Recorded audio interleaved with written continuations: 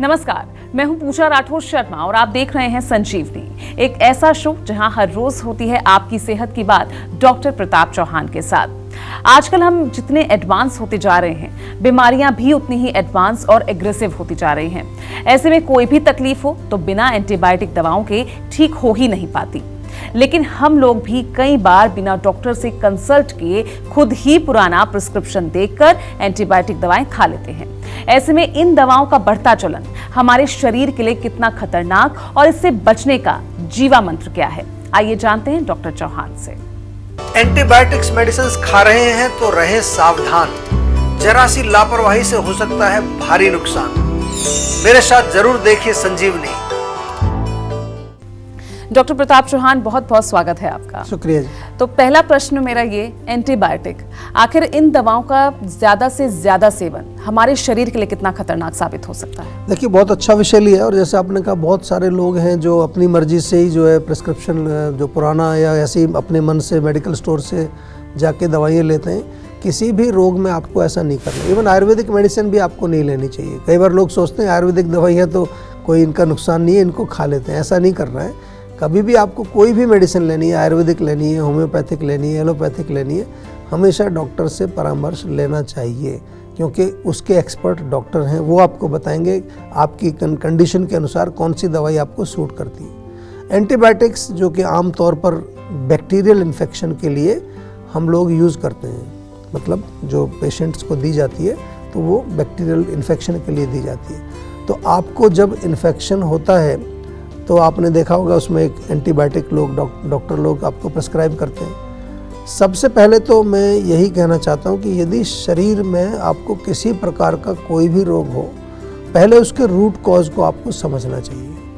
और root cause को समझ करके मैं तो बार बार कहता हूँ कि पहले आयुर्वेद से जोड़ना चाहिए आपको। आयुर्वेदिक में बहुत अच्छे इलाज हैं।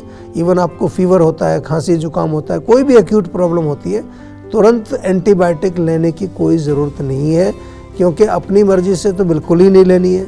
और डॉक्टर भी अगर आपको दे रहे हैं तो फिर भी आपको मेरा निवेदन है कि एक बार उसको थोड़ा सा चेक करके लेना चाहिए, क्योंकि एंटीबायोटिक्स बहुत स्ट्रॉन्ग मेडिसिन होती हैं और ये मेडिसिन जो है हमारे शरीर में कई प्रकार के दुष्प्रभाव, साइड इफ़ेक्ट्स इनके होते हैं।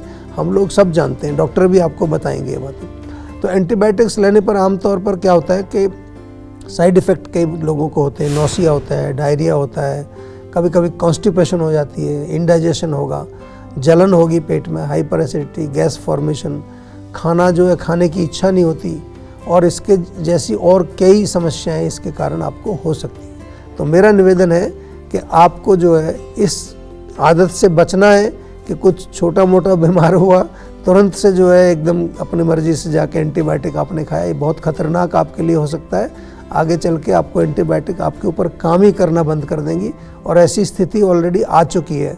बहुत भयंकर स्थिति है कि आपके ऊपर कोई एंटीबायोटिक काम ही ना करे और कभी इन्फेक्शन हो जाए तो फिर कैसे आप ठीक करेंगे उसको। इसलिए इससे थोड़ा सा आपको बचना है, और थोड़ा विस्तार से इसी विषय पर आज बात करेंगे, ध्यान से सुनिए। डॉक्टर चौहान, जो लोग काफी लंबे समय से एंटीबायोटिक दवाएं ले रहे हैं, उनके शरीर को अब तक कितना नुकसान पहुंचा होगा?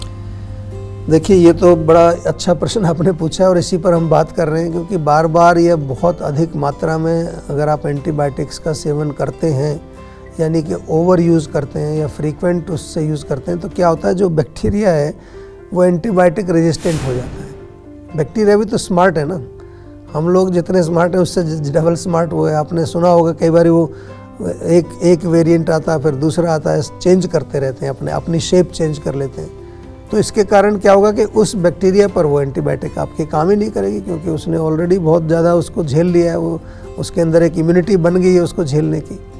तो ये बड़ी गंभीर स्थिति है, और आजकल ये ऑलरेडी इससे बिग चैलेंज मॉडर्न मेडिसिन में ये बहुत बड़ा चैलेंज आ रहा है कि एंटीबायोटिक्स जब काम नहीं करेंगी, और ऑलरेडी ऐसा हो रहा है बहुत लोगों में, तो बहुत डेंजरस सिचुएशन इसलिए बन जाती है कि फिर आपके रोग को कैसे ठीक किया जाएगा। ख़ास तौर से कोई एक्सीडेंट हो जाए आपका, कहीं इन्फेक्शन से आपको बचाना है तो कैसे बचाएंगे। तो ये जो आपकी आदत है कि सेल्फ मेडिकेशन करना, अपनी मर्जी से कोई भी दवाई आप खाते रहते हो, थोड़ा सा गला ख़राब हुआ, थोड़ी सी हरारत हुई, बुखार हुई, तुरंत जो है आप एकदम से भागते हैं मेडिकल स्टोर पर और अपनी मर्जी से दवाई ले रहे हैं लोग।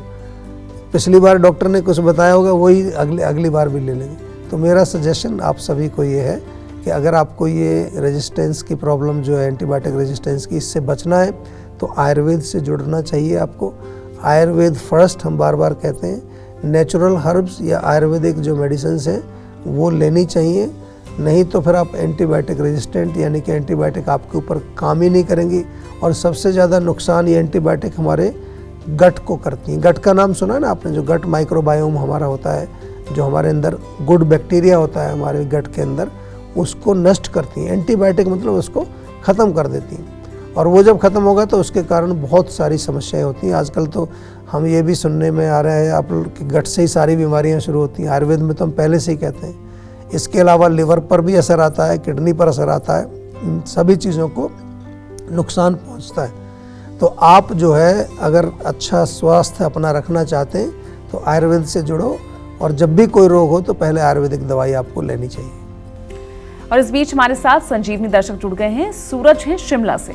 सूरज जी, सवाल पूछिए। जी नमस्कार। हाँ जी नमस्कार जी सर मैं ये बोल रहा हूँ कि जैसे ये मेरी उम्र है 48 साल। सर मुझे जॉइंट पेन की बहुत प्रॉब्लम है।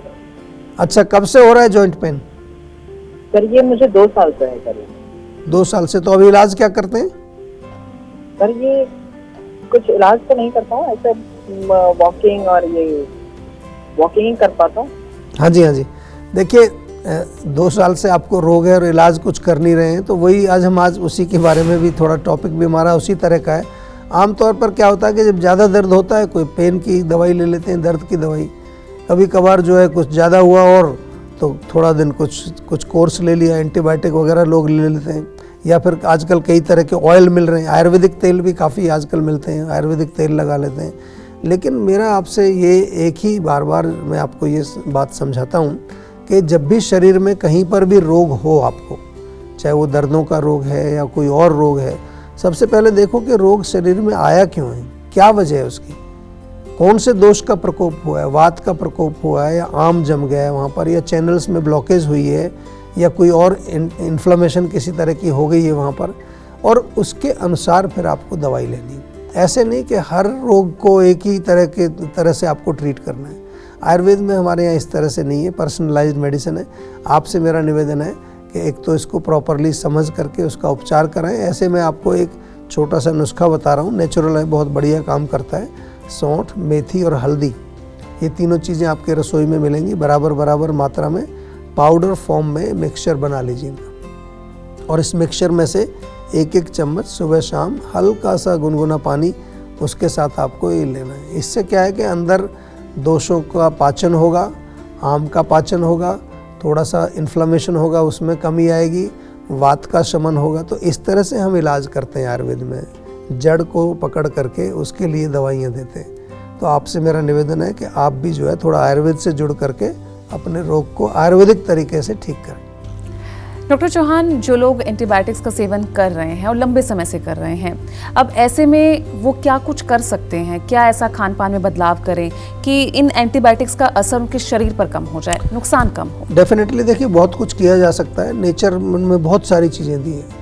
तो जो एंटीबायोटिक के विपरीत शब्द है वो प्रोबायोटिक, आपने सुना होगा। आजकल आप कई बार डॉक्टर्स के पास भी जाते हैं, जब एंटीबायोटिक प्रिस्क्राइब करते हैं तो साथ में एक प्रोबायोटिक की टैबलेट या कोई प्रोबायोटिक आपको अवश्य देते हैं। तो अब हमें ये देखना है कि नेचुरल जो हमारा भोजन है या जो नेचुरल हमारा लाइफस्टाइल है उसमें प्रोबायोटिक हमें कहाँ से मिले। तो आयुर्वेद के अनुसार जो हमारे भोजन है, जो भी हम खाते हैं, तो वो उसके अंदर क्या है कि ये हमारे गट में जा कर के जो गुड बैक्टीरिया है उसको हमें बढ़ाना है। जब गट बैक्टीरिया को अगर हमने स्वस्थ कर लिया तो उसमें बहुत सारी चीज़ें ऐसी, छाछ पी सकते हैं आप, छाछ बहुत बढ़िया, उसमें जीरा वगैरह डाल करके पीजिए, भुना हुआ जीरा, धनिया पुदीना पीस करके वो मिलाइए। इसके अलावा मूंग दाल है या मूंग दाल का सूप बना सकते हैं। खिचड़ी तो बहुत अच्छी रहती है, खिचड़ी बहुत बढ़िया एक रेसिपी है अपने आप में। वेजिटेबल सूप, दलिया, पोहा, उपमा या जो भी फ्रूट्स मिलते हैं आपको, सीजनल फ्रूट्स, उनका सेवन आप नियमित रूप से करें तो आपका गट बैक्टीरिया अच्छा रहेगा। मुख्य रूप से आपको अल्कलाइन डाइट सेवन करनी है, जंक फूड नहीं खाना है, प्रोसेस्ड फूड नहीं खाना है, बहुत ज़्यादा तली हुई चीज़ें, चीनी से बनी चीज़ें, फ्राइड, हैवी, ये फूड आपको नहीं खाना है। और चलिए अब जानते हैं आज का जीवा मंत्र। डॉक्टर चौहान, क्या ऐसी भी कुछ दवाएं हैं जो हमारी इम्यूनिटी बढ़ाएं और एंटीबायोटिक्स हमें ना लेनी पड़े? जी, बहुत सारी चीज़ें हैं इस तरह की।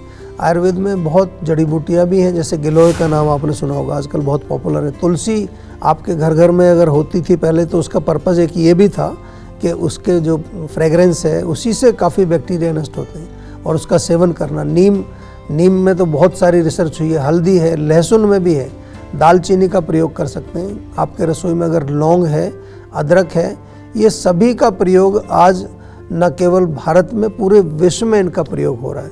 और इन हर्ब्स के ऊपर काफ़ी रिसर्च भी हुई है, और ये पाया गया है कि हमारे शरीर में जो टॉक्सिन्स को नष्ट करने में ये बहुत ही सक्षम है। और इसके अलावा जो इन्फेक्शन कई तरह के होते हैं उनको भी ये ठीक करती हैं। तो ये हम कह सकते हैं कि नेचुरल तरीके से आपके शरीर को अच्छा बनाने के लिए, आपकी इम्यूनिटी को बढ़ाने के लिए भी इनका बहुत बड़ा रोल है। और आयुर्वेद में बहुत सारे फार्मूलेशंस भी हैं, जो हम शास्त्रीय फार्मूलेशंस हैं, जिनको के हम ले सकते हैं। और एक स्पेशल ब्रांच है हमारे यहाँ, जिसको हम कहते हैं रसायन ब्रांच, यानी कि रिजुविनेशन के लिए बहुत स्पेशल ब्रांच है। उसमें बहुत सारे हज़ारों फार्मूलेशंस आपको मिलेंगे। और समय पर आपको जो है हर साल एक बार, तो साल में एक बार पूरा डिटॉक्स बॉडी को करना चाहिए। 2 बार करें तो बहुत अच्छा है। साथ में च्यवनप्राश खाएं, जीवा का हनी बहुत अच्छा है। हमारे यहाँ अश्वगंधा टैबलेट, शतावरी टैबलेट फीमेल्स के लिए, आंवला टैबलेट, गिलोय एलोवेरा का जूस, और ये सभी तरह की जो भी चीज़ें आजकल जिनको हम कहते हैं, जिसके अंदर एंटीऑक्सीडेंट पाए जाते हैं, इनके अंदर जो है नरिशिंग क्वालिटीज़ हैं, न्यूट्रिशन है, इनका आपको प्रयोग करना चाहिए। लेकिन बहुत इम्पोर्टेंट है कि आपको जो भी लक्षण होते हैं उनको ज़रूर एक बार जो है अच्छी तरह से डॉक्टर से डिस्कस करें, और उसके पश्चात ही आप कोई औषधि लें।